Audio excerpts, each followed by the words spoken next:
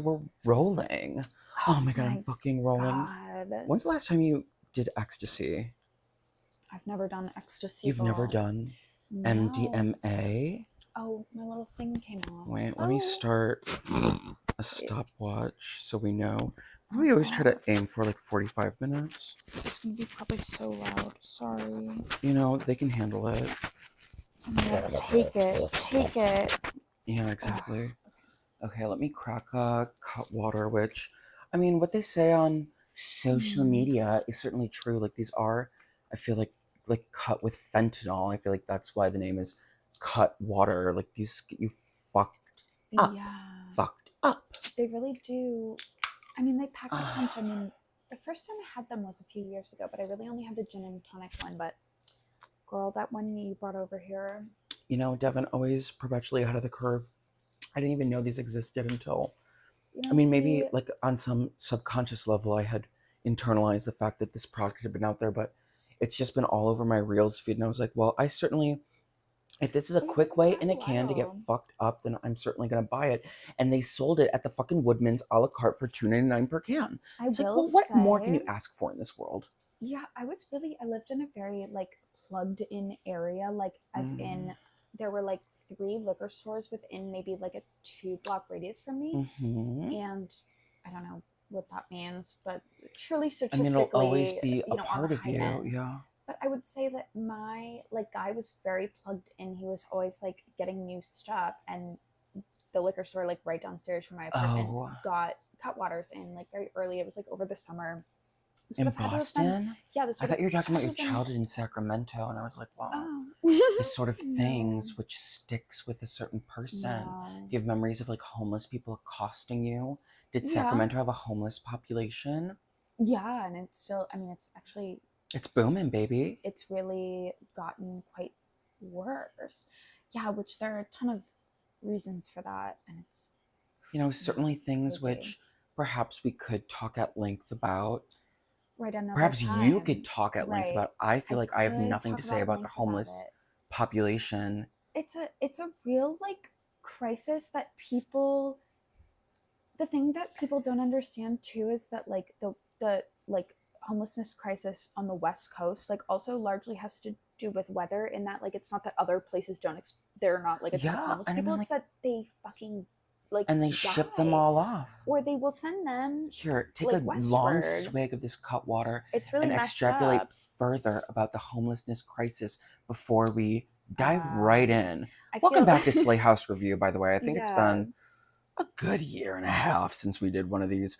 I'm certainly much bigger than I was. Ooh, girl, the cream liquor's hitting you. It's nasty. Don't puke now. We're recording a podcast.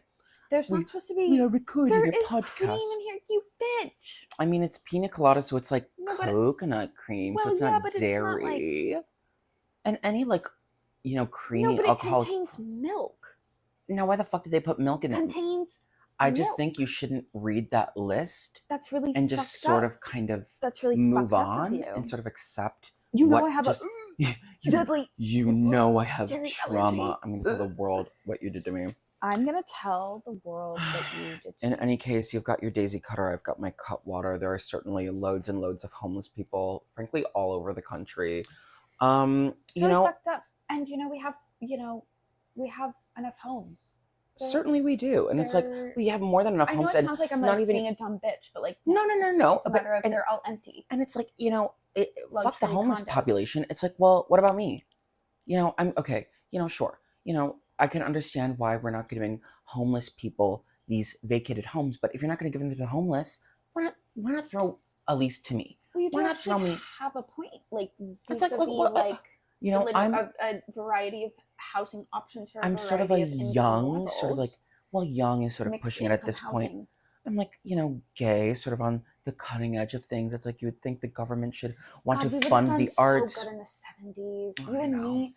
Well, I would have gotten murdered, or I would have gotten AIDS, or I would have murdered someone. I actually think I'd be in the same situation for different reasons, but I know we probably we probably would have ended up exactly where we are right now, even if we were, But at least we would have had time to mitochondria or whatever, inside someone else's body. We'd probably be having this. Well, it's like even if we in some other parallel universe we are to red blood cells in some other host body. Like I'm sure like the other movie blood cells, Osmosis Jones, girl, which with left Bill a Murray. deep impression Yeah, on me. really Did you fucked watch me the up deeply. cartoon series I on was Cartoon thinking about Network? it when I was trying to like get that ingrown hair Yeah, out as you earlier. were like I was like, oh my gouging god, Bill the Murray cyst would. out of your. I know. Yeah, exactly. What are my white blood cells thinking right My now? white blood cells are like, girl, not Mine are probably like, sepsis. thank God you don't got AIDS. Yeah. I'm like, oh girl, Oh, thank God this man thank does God not it's have not the AIDS. 70s. Or it would have Yeah. been real hard for us. My outcome, knock off Patty Hearst. Yeah, Like, and I mean certainly it's a good knockoff to embody and be. You know, if you're going to be a knockoff guess of it's anybody, fun, yeah. who else is walking I around? can't, I mean, like, no sort of- one will know because my hair always looks like shit whenever we do these, but like, you know, I really do have a It's a nice little comic to my- 70s yeah. kind of like Yeah. thick wave And you going, certainly get it but all the time. People are always saying like, "Oh, she's so." especially, There's like, just my something older about coworkers Devin. that Yeah. always like try to. There's a "You reason look why nice older today." women Like, trust you implicitly. That's actually so true. In any case, today we are discussing right. Kiran.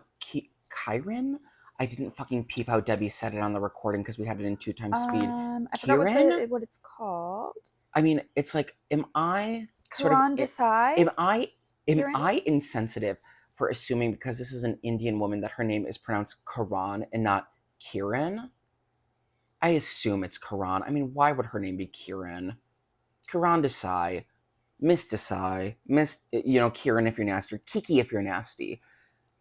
In any case, she's longlisted for the Booker for this upcoming novel, which has been excerpted here in the New Yorker for the August 11th issue.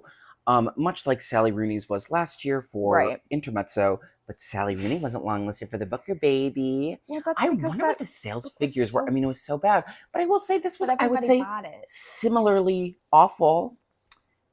Yeah, in some ways I found it slightly more compelling in terms of like, oh, it's gonna go there. She's sort of juggling. But themes. like Sally Rooney doesn't have this sort of like guts to ever go through with it. That's why she wrote this sort of incel-esque like chess guy who doesn't actually right. Don't they like not, or they like have this strange. Who knows how the actual book?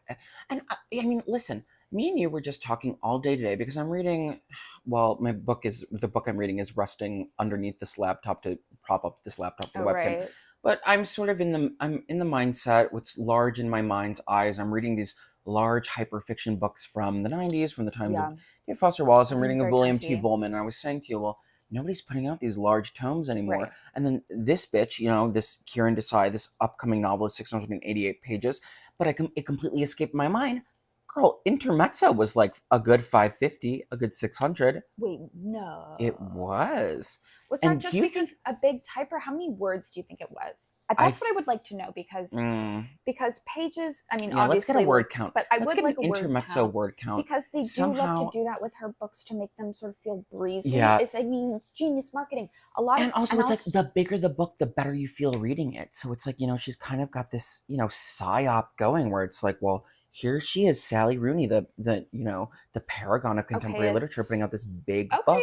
It's 89,300 words, so 464 pages. Oh, so they're giving it a decently large type if it's just under 90,000. I mean, girl, that is a long novel in terms of like contemporary fiction for sure, but not in terms of obviously like the actual history of the novel. And I really would. I mean, okay, so I was, scrolling through Goodreads when I had nothing else to scroll through, trying to like see, if anybody I followed back in the day when I was trying to develop my taste in literature had like reviewed anything.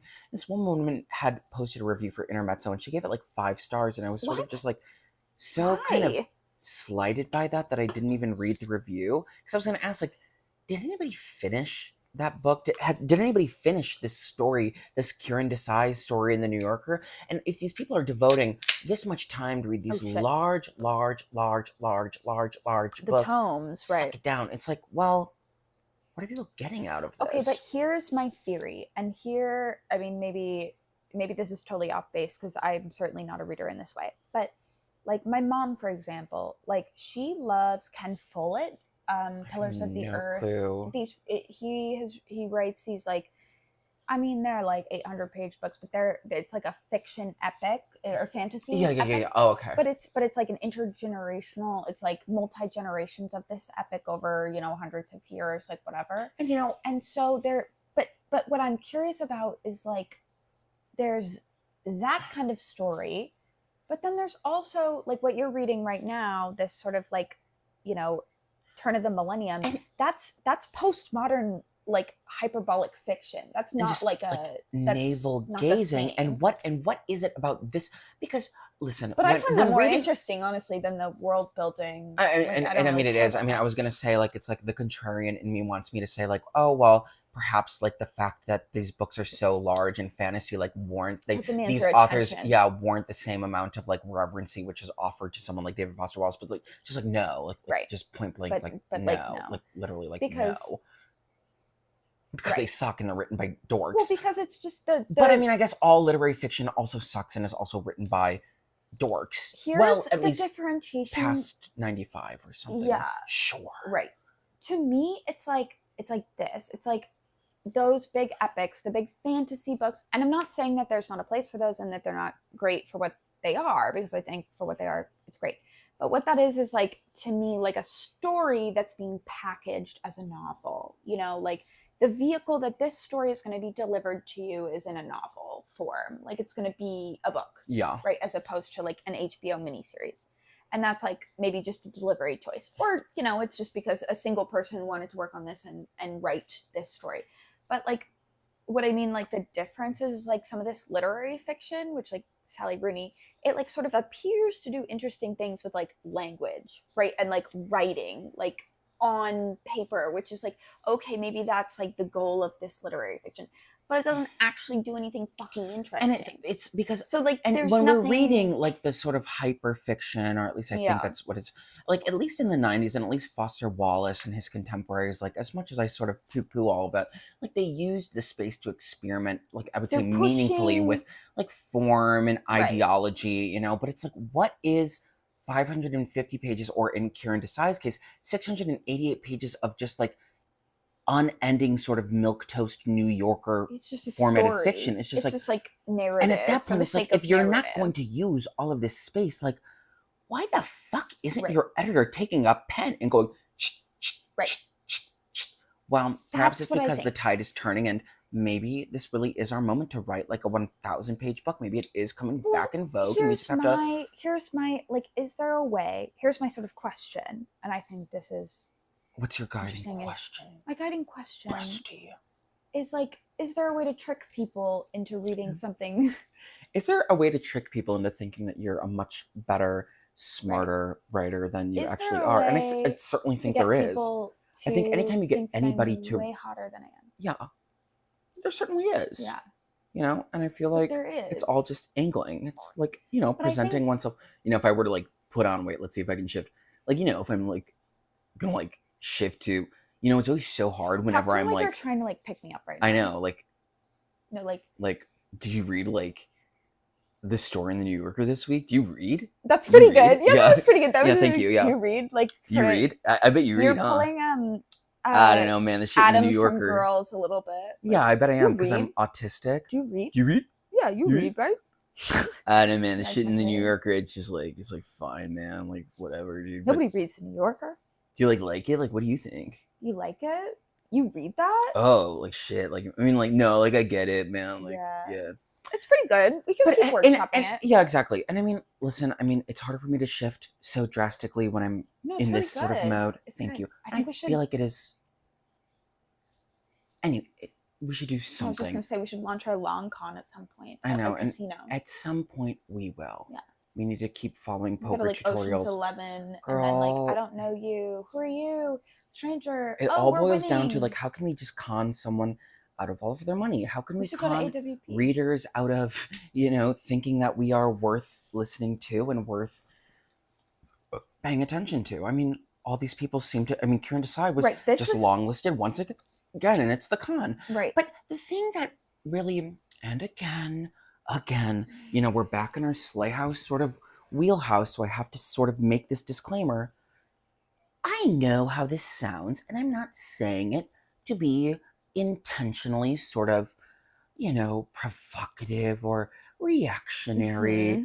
But I do think this specific story or this specific excerpt of a 688-page novel perhaps was a little chuggy and, old hat in its sort of insistence on 2010's id poll, identity politics, and, leaning on Yeah. this sort of interracial thing. I just thought it was a little like, well, this is sort of a blast from the past, a blast from my teenage years. I agree.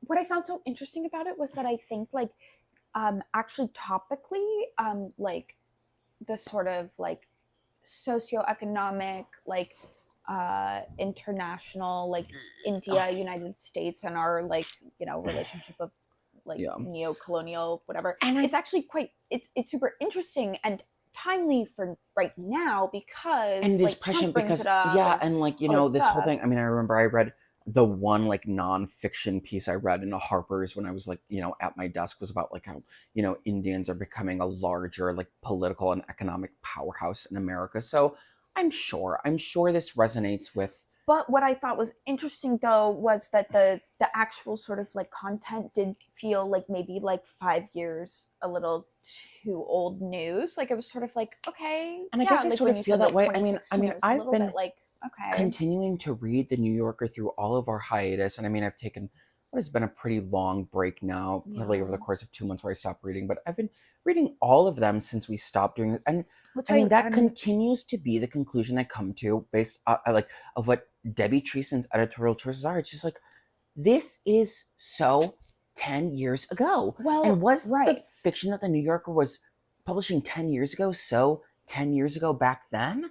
I mean, we should go back and look.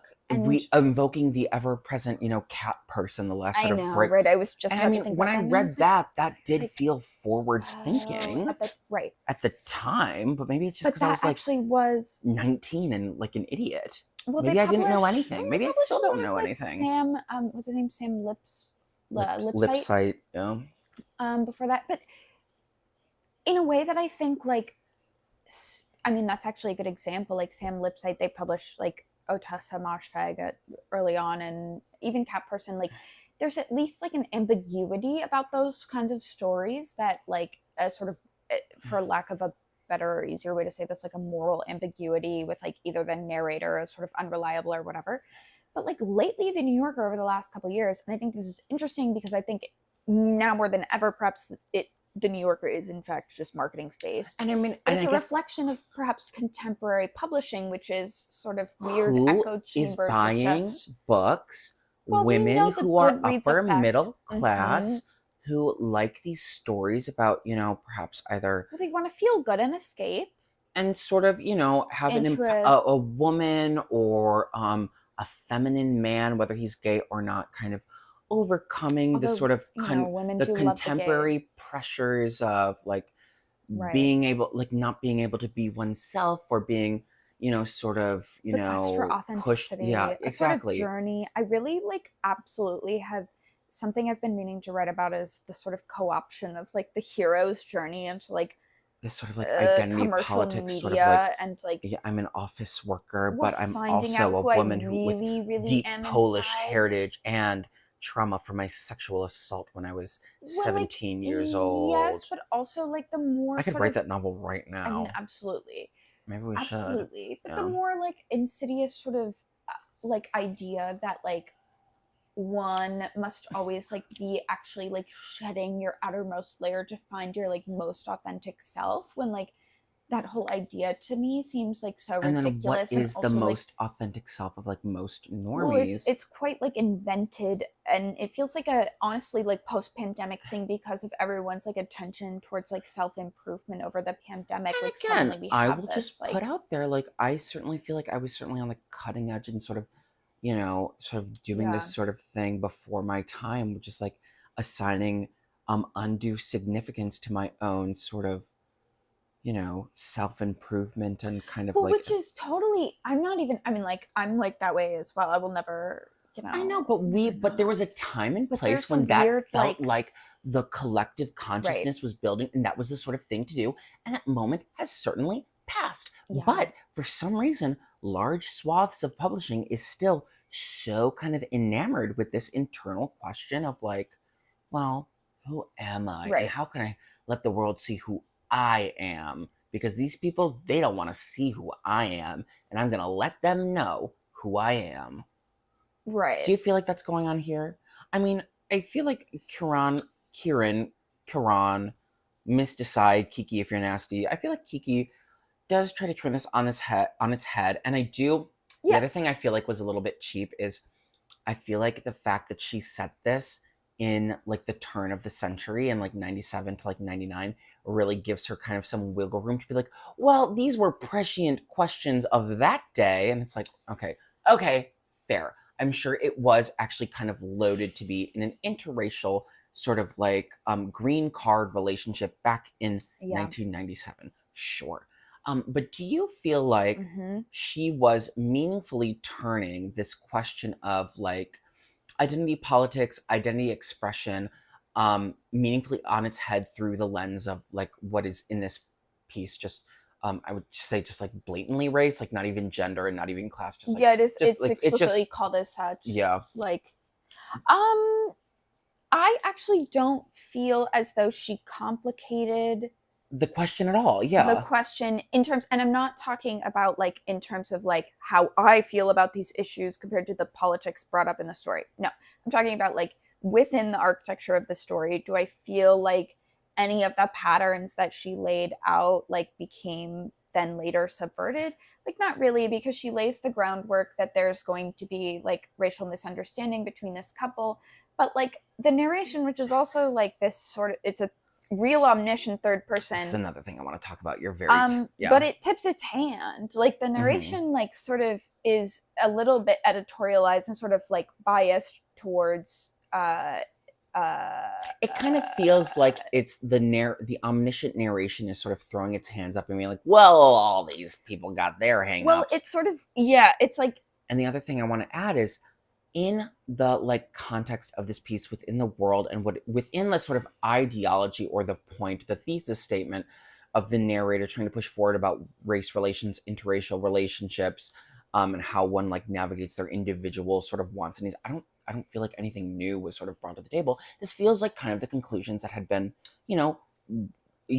reached through reblogged Tumblr posts 10 to 15 years ago. And I feel this way about so many New Yorker pieces. It's like, well, when we get beyond the sort of pleasant sentences and the breezy reading pattern and the sort of like easy kind of domestic tension that these pieces tend to like, trade off. And it's like, well, what is the actual sort of core of the message or the idea being put forward? It's always just stuff like, yeah, girl, I read this on some bitch's blog like 15 years ago when I was like, 13 years old. Yeah. Between porn posts, it's like what are we saying here? Why am I reading this? Because every New Yorker piece is actually the same narrative in terms of like, it's also like very cleanly in that like it ties everything up. And it makes you feel good because it allows the reader to say like, I do have the right position on this like issue of like culture in America, in the American mind, and the fact that this writer of like clean prose was able to echo feelings which I already have or things that I've already been gesturing towards, like makes me feel good. I mean, and I don't even think there's like an outright sort of aspect of like propaganda to it or like cultural programming. I just think it's like truly like capitalistically, like that's what the market wants. No, it's people who buy books, this is what they want. Well, right, because like people like also recently, and this is, I think, in my opinion, connected to the sort of anti-intellectualism, which just so happens to coincide with like a sort of like minimalist prose that came out of the like late 90s. The MFA style, is that people the short story, there's the New Yorker short story, and there's like the short story, up until like the sort of mainstreamization of MFA programs.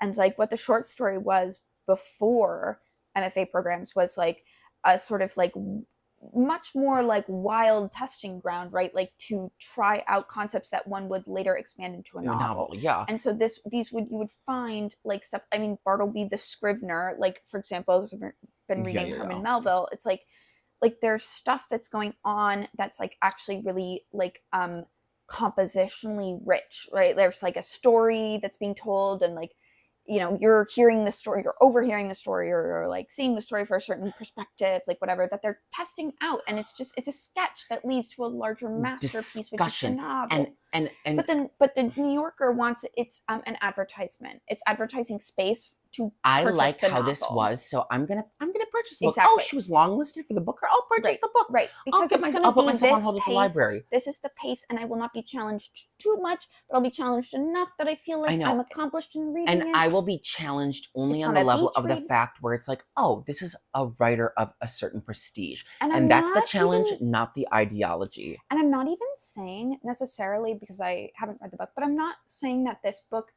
is like that in its whole. But what I am saying is that the excerpts, this are strategic. This New Yorker trend, and you know, they do have influence in the other literary market. Like this trend of sort of like everything falls just downstream. Let's pull something that is essentially marketable.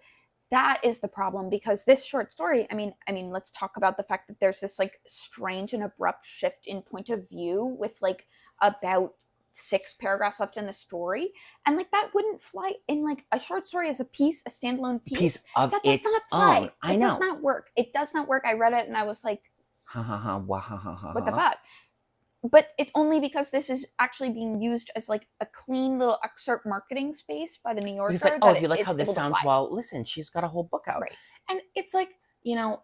And I think I just keep thinking about fucking Cat Person. And it really is such a tragedy that bitch like actually just can't fucking write. Like she's actually very sort of untalented, right, and that's why she didn't have a career.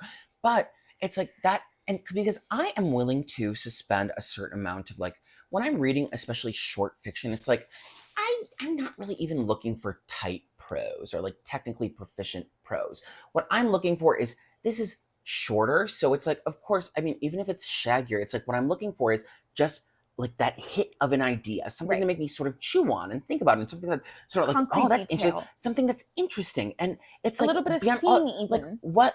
And I think that's the reason why Cat Person is really the last sort of piece of short fiction probably anybody could point to say, oh, this was sort of culturally relevant, right? Because it did sort of lead to a larger sort of discussion, sort of, you know, challenging kind of like people's norms and ideas about sexuality and intimacy. Well, and even what it means to write a story, like who has the right to write what story. And so that's why that is what makes short fiction to me a relevant medium over the novel. Is like it's the easiest way to kind of get ideas quick, hit in, and get people really thinking and talking. Like, you know, put your pussy into it. Be a little risky. But none of the New Yorker series I've read over the past like year and a half of my life have really ever done that. And this certainly doesn't do that. It feels, again, like, you know, the sort of conclusions that one would come to after reading a blog post 15 years ago on Tumblr from, you know, a Desai woman talking about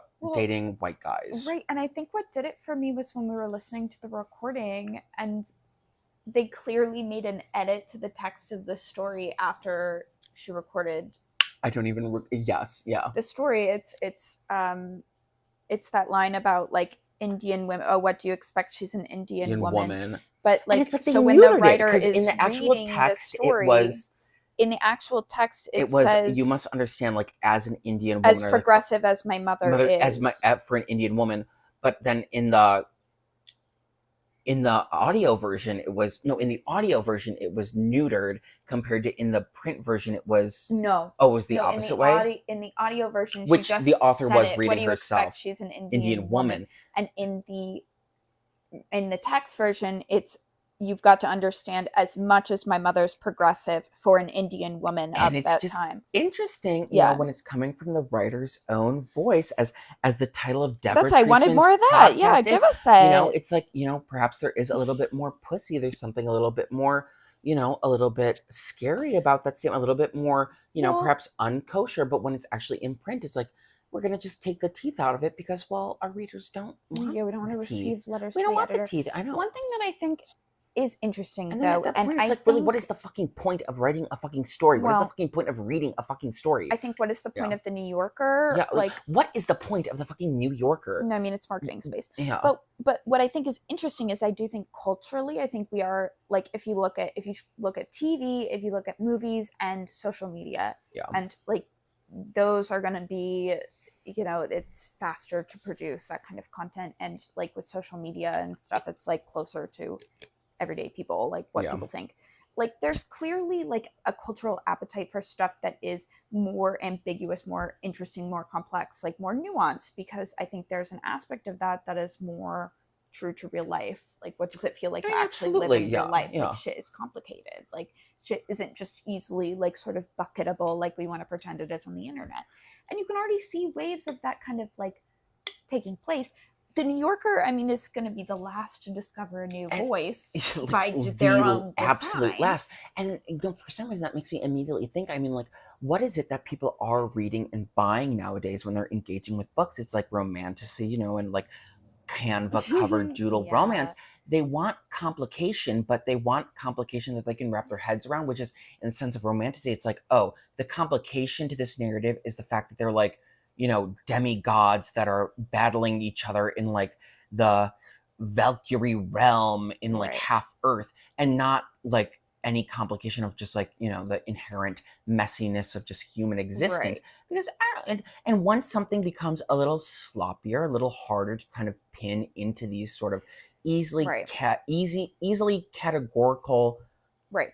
emotions, then people are just like kind of, you know, they turn their nose up at it. Right. I don't know, normies But the suck. thing- And I guess, I mean, like, who, like, the backbone of everything is like the dollars of normies, because normies are the people who have jobs and are able to spend money on buying books.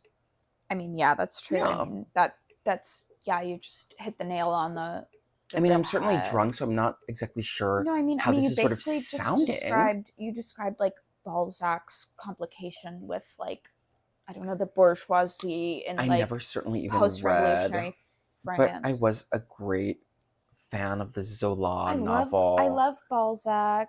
I love Balzac. I So love like the Balzac. musty smell I love under Balzac. a ball sack Yeah. between a man's butthole. So the French Or at are least funny.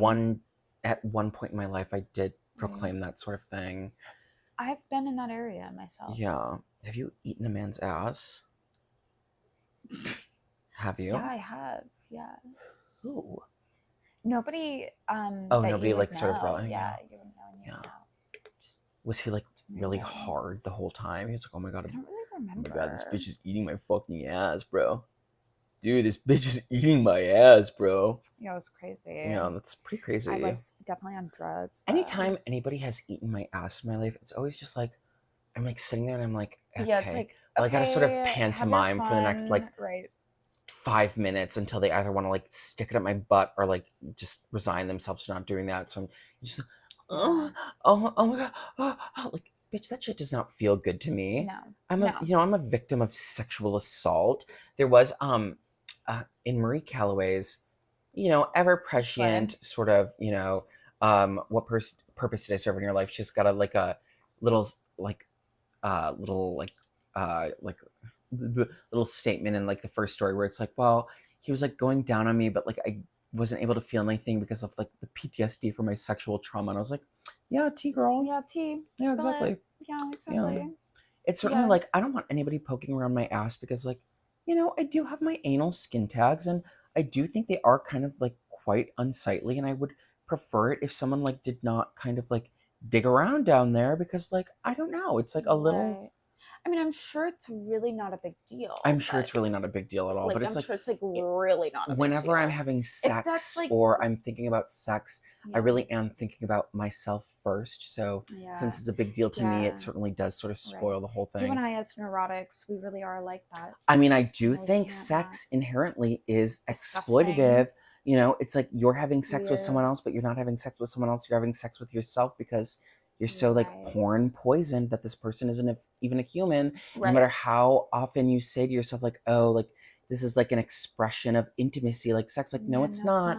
It's you like, you know, reliving your own porn fantasy in real life so you can get yourself off. Yeah, it's that's inherently why I don't have exploitative. sex, yeah, exactly. That's why a celibate girl, or at least I try Yeah. to be, but unfortunately when you have a boyfriend, these sorts of things fall by the wayside.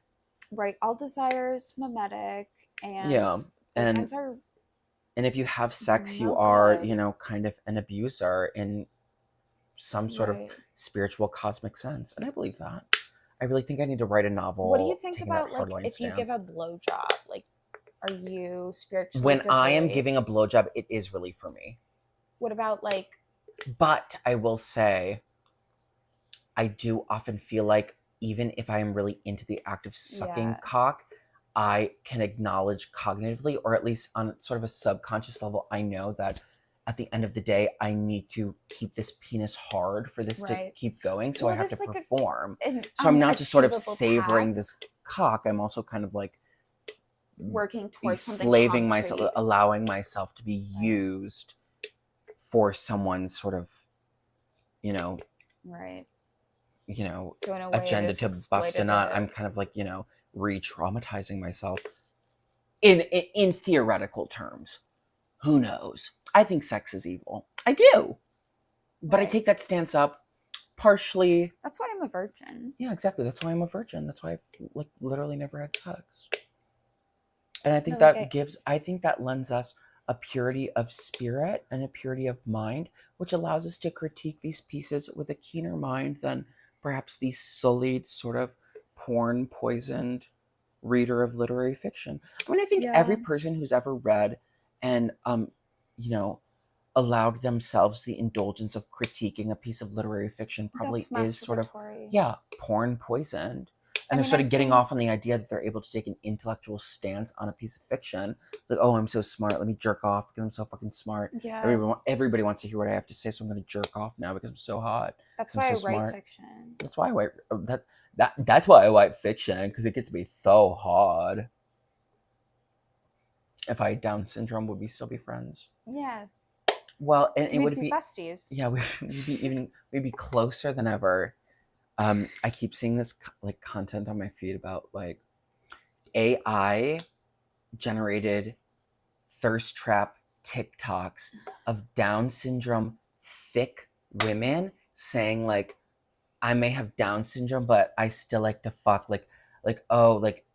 Common misconceptions about Down syndrome. Like, I still love sucking dick even though I have Down syndrome, but it's like fully AI generated. It's like, sort of just some like anonymous Instagram Yeah, baddie's body with like a Down syndrome face kind of I do actually think David superimposed, Foster Wallace was right right about about the Down about syndrome. TV.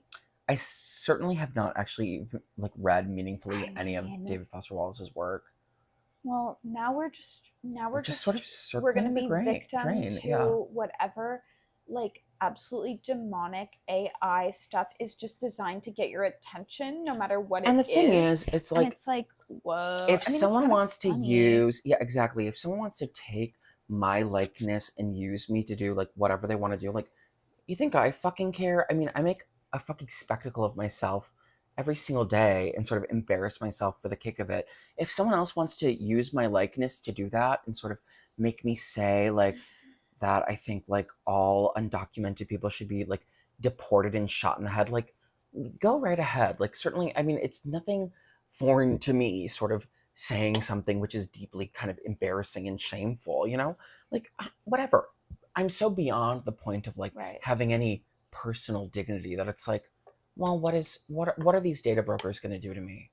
They're going to send a video of me jerking off to my friends and family. My friends and family are going to open the video of me jerking off and look at it. Right. That's on them then. Yeah, if they're looking That's at on that. them then. That's on them. I mean, true. Like if they're gonna deep fake, they're gonna deep fake. And perhaps my deep fake would have more meaningful things to say about the world than I I was gonna would. say I do think you have to just like trust in the fact that like Oh my they God. really couldn't. This is a great exercise. Brain blast. Let's ask ChatGPT. Okay, write a quick 1,000 word story replicating the style and ideology of Booker Prize winning authoress Kiran Desai. Is that her name? Wait. Yes. about two misunderstood 30 somethings recording a podcast while fucked About up fiction. on various substances about literary fiction. Let's see what ChatGPT has to say. Let's see what the deep fake Kiran Desai has to say about this process right here. I can't imitate any particular style. Okay. Title: The Whispering Hum of Nothing Important. I mean, kind of cunty for ChatGPT. I mean, if I saw a book called The Whispering Hum of Nothing Important, I would think about picking it up. Okay. A story in the style of Kiran Desai. There was no weather in the room, no season, just a drought from the ceiling vent that made the curtains flirt with the idea of movement and then fall back as if bored by the effort. It was 2:14 in the afternoon, but the lights were on. Overhead, a bulb flickered with the sallow temperament of a bureaucrat denied his afternoon chai. Girl, I mean, ChatGPT is really leaning into the Indian aspect of it. A little bit racist. Yeah, a little bit. Tara adjusted the pop filter on her microphone with the delicacy of a nun threading a needle through the hem of her own punishment. All right. Across from her, Junaid. Okay, so I guess in this, I should have specified that we're two white 30-somethings. I think we're both Indian in this story, which I guess if ChatGPT is replicating the style of Kiran Desai, because we would both be Indian. Junaid lay diagonally in the armchair, limbs loose like punctuation marks flung at random across a sentence. There was something sticky about his presence, like molasses on a hot day or an old lover's poem found in a sock drawer.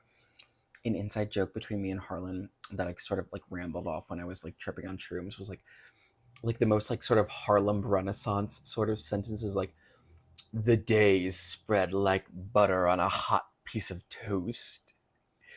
And so that reminds me of this. It's like the Toni Morrison of it all. Okay, well, you know, I know she's not Harlem Renaissance, but you understand the sort of tone I'm invoking. Okay, anyways, between them, a silver tray, neither polished nor deliberately dull, held two edibles shaped like bunnies, a grinder that smelled of weed and betrayal, a nearly empty bottle of absinthe, an espresso cup containing what Tara insisted was modafinil or possibly crushed Claritin, and a Turkish delight she'd forgotten was laced with ketamine. They were recording the third episode of their podcast, Unlikable Women Reading Difficult Men, or was it the fourth? Junaid had elected one by accident after an especially chaotic dissection of the Golden Notebook. Too many notebooks, he'd wept. Why do women in literature always write in sections? They never checked the stats. The podcast was not for anyone but them. This was their safe zone, their shared delusion. I mean, yeah, clock it, I guess.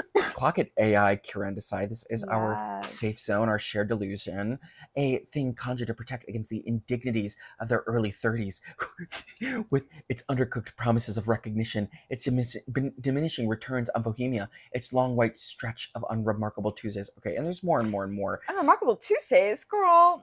Yeah, I would actually say this. I mean, I would say this is pretty remarkable. I mean, we've had pretty full days.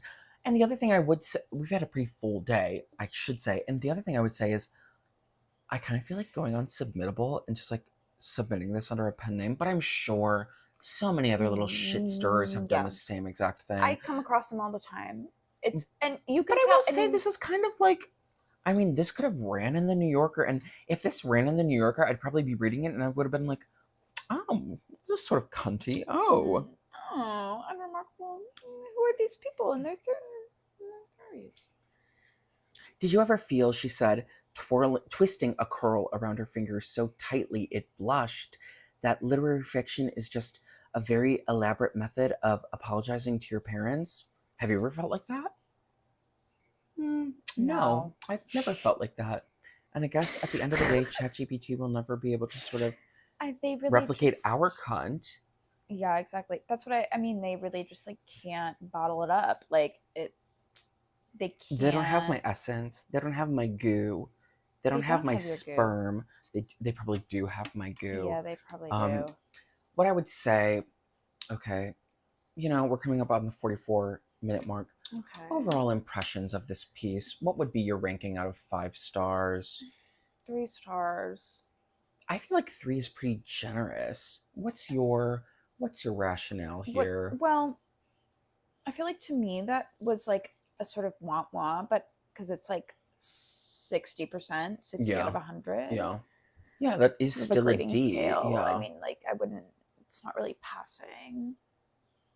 I would give it a point for trying. I mean, I think, like, I actually think, like, in a novel form, sure, maybe, but, like, as a short story, I mean, the entire thing was exposition. There was no scene at all. It was just explaining the backstory of these people, and then the scene itself felt like it was, like, only in the dialogue was service of something that happens later, but it's like, well, this is a short story I'm reading now, so I do not feel fulfilled. And I hated the POV switch, and I also thought that there were a few moments of dialogue that I was really just like, really, where he was like, did he call her like a something? People past the age of like 40, I feel like, cannot write dialogue. Did he call her like a something blonde? But it was like, her like pixie. It wasn't a fullness. dumb blonde, but it was like it was like in dialogue, and I was like, huh? It was just very strange. You Protestants, you don't talk about anything. It's like, I don't feel like anybody, even in 1997, talked this way. Like, it just sort of like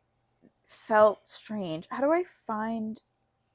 I'm so bad at this. Oh, find in page. Does this mean anything to you? Okay, on my Apple News. Flaky blonde. You flaky blonde. Flaky blonde. There was no hope. All over again. Flaky blonde. Bossy Indian patriarch. They were failing to keep their arguments personal or unique and respectful. Like, I mean, I get that the point of that is to be like impersonal, but like I just felt like, give something a little more idiosyncratic, like, because I do have to read this. Interracial relationships are difficult and strange. Well, I would like to see, more of the nuance of how that. Exactly. It's like yes, we know.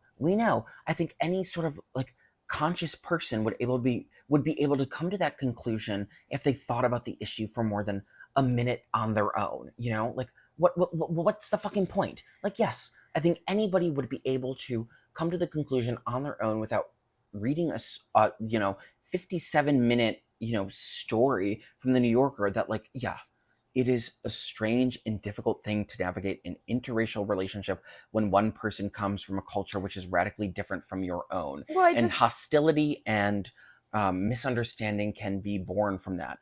I just felt like, I mean, easy peasy. Well, I just felt like it was like setting up this entire piece for this like the sort of missed opportunity between Sunny and Sonia, and I think because Sonia being the mail-in bride, but like that's what the novel's called. That's what the novel is called. So it's like a teaser. It's like, why is this a trailer for?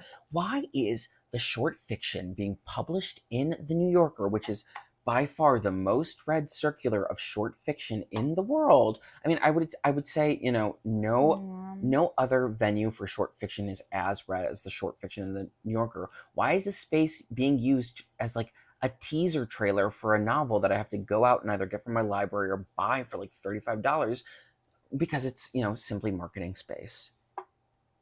Yeah, and I think that's absolutely true. And I thought the fact that the white girl like changed her name in high school to Ula, I thought that was really trite. I thought that was really like, 10 years ago.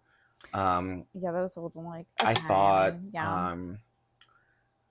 I mean, I don't know. I mean, I guess like the whole thing about like Indian men and Indian women having like a mutual, like internalized, but also externalized like loathing towards their like shared national identity and like the realities of what their culture, how their culture affects their own internal gender relations. Like, I thought that was, I mean, deftly expressed. I mean, she laid it out very clearly, but again, it's like, I actually would have like, like we know. Well, I would have, I would have like actually liked to see that then play out in like in a the more relationship significant then. sort of like, way, in actual scene instead like of just this, being I'm informed not about reading it. the novel. I am not reading the novel. I'm reading a short story, and so my final ranking was a 2 out of 5.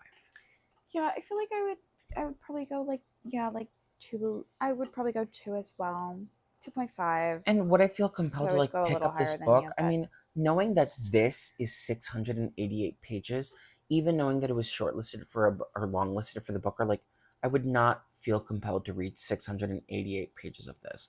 It's like, I mean, so I read a profile of her from a blog. It's like Salman Rushdie, if we're gonna put your pussy into it and really do it, like I feel like you should like really do it. Like Midnight Children, a book I did not finish that I got Well, halfway through, was like around 600, 700 pages. It's just like, I mean, it's not about an interracial relationship, but it's sort of this long epic about like the interpersonality of Indians, you know, and like sex and intimacy, and also finding oneself. Like, I'll just read that. But I guess that sort of argument can be made about Is any sort of piece of fiction being published well, contemporary. do you know, is it like centered on their romantic relationship? I don't know if it's centered on their romantic relationship, but I know, like, Because from if the so, title of the, like, what is it called? Like, The Loneliness of Sonia and Sunny. Yeah, The Loneliness of Sonia and Sunny. I'm two sure young it's people about, whose fates intersect, love and family.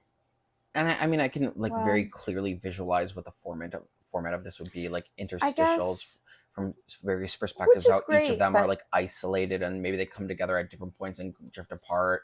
I guess I just feel like what is I guess that makes sense actually, because like people want to read like a sort of romance, they want to read a love story because Yeah. they know at least like a general shape of the narrative arc. Mm-hmm. But like what I find like sort of actually quite boring about that is exactly the prescribed narrative arc, because like even if I know that like their fates are going to intersect, like, and it's going to seem like, If they you end know, up when together, I or even if they don't right, end it's up like, together, it's okay, like, well, I'm I'm actually like sure. less interested, I think, in these questions necessarily refracted through like two people who are seemingly, from the title of the book, destined to be together, than I am to like investigate that on like a sort of like Yeah, case by case basis. Which I mean, Kiran, like, why do you actually, think this? yeah, I mean that book, Optional Practical Training, that I read, it was really good. Yeah. And it's about like actually set in the same time period, like early 2000s, about this like young woman who like goes to Harvard.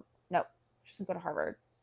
She goes to school in the US and then like goes to Boston to like teach at a school. Yeah. But like it's interesting because they're sort of told in series of like conversations with like different people. So it's like this identity question like refracted through a series of different like interpersonal relationships, which I think is actually so interesting. And like, okay, like what does this question look like depending on who I'm talking to? But like then if it's Yeah, like, if it's just, okay, well, it's just gonna be Sonia and Sunny, like, well, then if why I do we need to read understand, this like, if you we know know, they're going like to be right off destined the to be top, what the together? narrative trajectory of this is, if I kind of understand from the excerpt provided in the New Yorker what the ideology of this is going to be, and reading the prose, I can identify how this is like well in line with the like post MFA tradition of English fiction. It's like, well, then what is there? What am I investing in by reading Yeah, 688 fucking I think you and pages? I are just also just really invested in like pushing the You form know, yeah, forward. And I pushing think people's like, buttons. no, I was going to say, I mean, yeah, but like, I do think like, yeah, and like doing I want to something be interesting with this dazzled. I sort want to of, be right, shocked. exactly. But not And everybody if you're wants not doing that, I mean, you know, more power to you, because you're probably, I mean, probably selling I mean, books. exactly, you're selling books, and I mean, this is frankly the realities of publishing, because, you know, you Here have to we have are. people sort of read the things you write. And I'm sure she'll like win the Booker, and, you know, I'm sure, you know, Sarah Jessica Parker is very excited about this book. You know, Booker judge Sarah Jessica Parker, I'm sure, Right. you know, now that her show has been canceled, has like more than enough time to sort of Oh no. go around the world and sort of, And just like that, it was and canceled. just like that, your show was canceled. Not the first person to make that joke. I'm sure. But it is a Anyway. good joke. For all intents and purposes, you were the first person. Yeah, exactly. And we've been going for 53 minutes. Do you have any Okay. parting thoughts, Busty? No. New Neither do Yorker's I. marketing space. That's my Yeah, thought. I mean, why haven't we been doing these? Because I mean, frankly, from all the New Yorker that I've read in our hiatus, it's like really none of this is worth talking Yeah. about. None of it is really worth talking about. Maybe we'll do a podcast about the stench and health of our Right. pussies, you know? Yeah, And maybe we moving will. forward, we'll shift subjects to examining how we can improve the taste, aroma, and general appearance of our genitals. That could be cool. That could be really, I mean, it could be Please, boundary like, let pushing. us know your tips. Let us know, We're yeah, not how in like you. a goop way, not in a like, you know, like I said earlier, really not a fan of like uncovering who I really was this whole time, my authentic self. I'm really interested in masking the smell of my pussy. I'm uncovering the authenticity of my I'm not boy looking to. pussy. I'm actually not looking to uncover the authenticity of my pussy at all. I'm actually looking to improve to upon, kind of mask upon it, sort of right, shellac some sort cover of glossy, easy appearance on any it, so I don't have to think about it ever again. So subpar if you've made it to this point, features. certainly drop a comment on YouTube or a review on whatever podcasting, No, I would format really you're listening. love to know if How you made you it. manage your pussy, I whether would that's a really butt or a genuinely actual love pussy. to know if you made it to this. Do you to sort this of point. rub yourself out until it's red and raw? Do you perhaps Yeah, use I don't oil really and just lubricant? I really don't think anybody does that. I don't think so either. I mean, everything is literary fiction. Everybody wants to be a prose stylist. That's a very literary thing to say about your masturbation habit. Like, See, I my problem, rubbed myself raw. I rubbed myself till my pussy was swollen. See, and I do actually have a throbbing. problem with like metaphoric language making its way in unnecessarily, right? Like, Me too. nobody's actually doing I don't think that. anybody should ever It's use a not metaphor raw. at all. I don't think you should be saying that. I know. Give Like, me is your concrete pussy really? detail. Are you really rubbing your pussy raw? You're not. And if you really were doing that, you'd be nutso. And in that case, let's sort of adjust the prose to kind of, Right. compensate for that. Are you trying to capture a vibe, or is this a mimetic experience? Has your pussy really been rubbed red and raw? Honestly, girl, I don't think it has. And girl, why are you telling us? Because Yeah, we're probably the last two people that need to know that. If I were to hear that, I would simply shrug my shoulders and say, best of luck to you, girl. Nobody says that. Yeah, I would say, prove it. Let's see. I will be the judge of how red and raw your vagina may be at any given moment. This has been Slay House Review. Thank you no so much guarantees for your time. of another episode, but we certainly just wanted to have some fun. Have a good night. Mwah. Mwah. Oh, this bag is stuck to me. Fuck. Oh my god.